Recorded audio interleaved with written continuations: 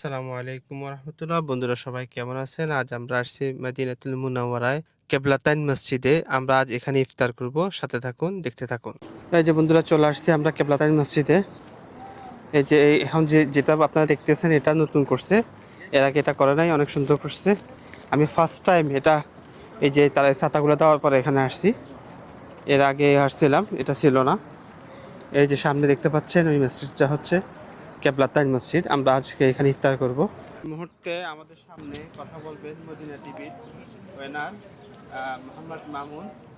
এই মসজিদ সম্পর্কে আপনাদেরকে বলবেন।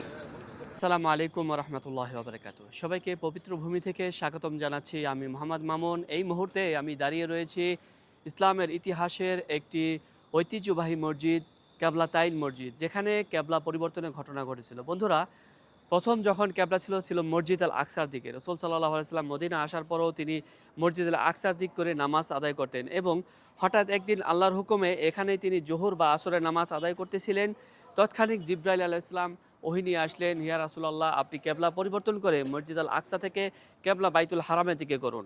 কারণ রসুল সাল্লাহ আলাইসাল্লামের জন্ম হয়েছিল মক্কাতে, এবং তিনি ইব্রাহিম আলাইহিস সালামের বংশধর থেকে এসেছেন, এবং সেই কারণেই তিনি মক্কাকে বেশি পছন্দ করতেন। এবং তিনি মনে মনে এই আশাটা পোষণ করেন, এবং আল্লাহ তাআলা তার মনের ইচ্ছা পূরণ করার জন্য তৎক্ষণিক রাসূল সাল্লাল্লাহু আলাইহি ওয়াসাল্লামের এই নিয়তকে কবুল করে নেন, এবং মক্কা পরিবর্তন হয়ে 2 রাকাত নামাজ মসজিদ আল আকসার দিকে প্রথম অবস্থায় পড়েন, এবং পরবর্তী 2 রাকাত নামাজ মসজিদ আল হারাম বাইতুল্লাহর দিকে পড়েন।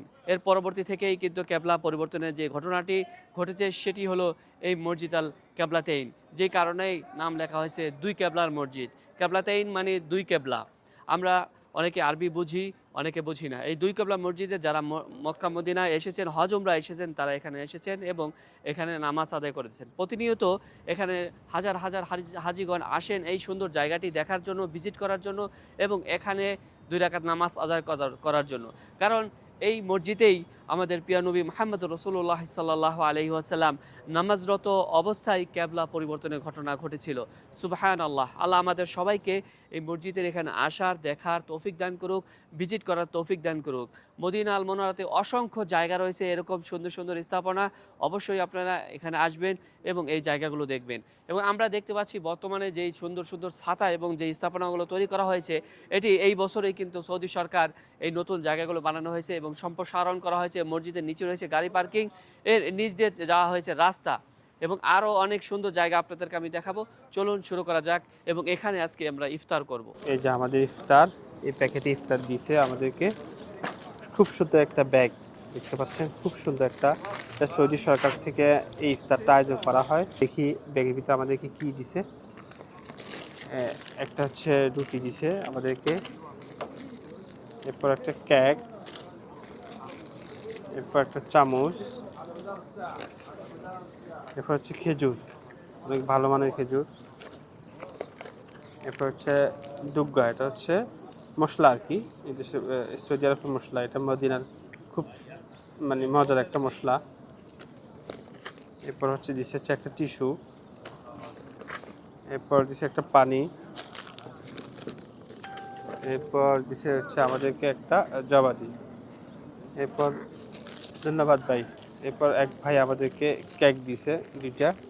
এই যে এটা হচ্ছে জবাদি, এরপর হচ্ছে এটা হচ্ছে মশলা, দুগ্গা বলা হয় এটা মশলা। এটা হচ্ছে সৌদি আরবের সবচাইতে স্বাস্থ্যকর ইফতার। এই যে মশলা দিছে একটু, খুব ঘ্রাণ আসতেছে মশলাটার, খুব ঘ্রাণ। এরপর হচ্ছে এখানে একটা চামচ দিছে, এই যে চামচটা নিলাম। এরপর এখানে আমরা খেজুর দিব, খেজুর স্পেশাল খেজুর সৌদি আরবে, যেটা এভাবে দিব। মানে সবচাইতে টেস্ট লাগে হচ্ছে এরকম একটা, এরকম করলে এই দেখতে পাচ্ছেন। এরপর খেজুর দেওয়ার পরে যেটা মিক্স করব, দইটা দিয়ে আমরা মিক্স করব। মিক্স করার পরে আমরা যে যে দেখতে পাচ্ছেন, এই যে আমাদের একটা রুটি দিচ্ছে, দেখতে পাচ্ছেন, দেখায় আপনাদেরকে। এই রুটিটা দিয়ে এভাবে নিয়ে এই যে এভাবে খাবো, খুব ভালো একটা টেস্ট। ইফতারের পরে এখানে চা দিতেছে সবাইকে, সবাই এখানে ইফতার করতেছে। ইফতার করা যাদের শেষ, তারা এখানে এসে চা খাচ্ছে। আজকে ভিডিও এখানে সমাপ্ত। আল্লাহ তাআলা যাতে পৃথিবীর সকল মুসলমানকে এখানে আসার তৌফিক দান করে। পরবর্তীতে ভিডিও দেখার জন্য আমাদের সাথে থাকুন। আসসালামু আলাইকুম ওয়া রাহমাতুল্লাহি ওয়া বারাকাতুহু।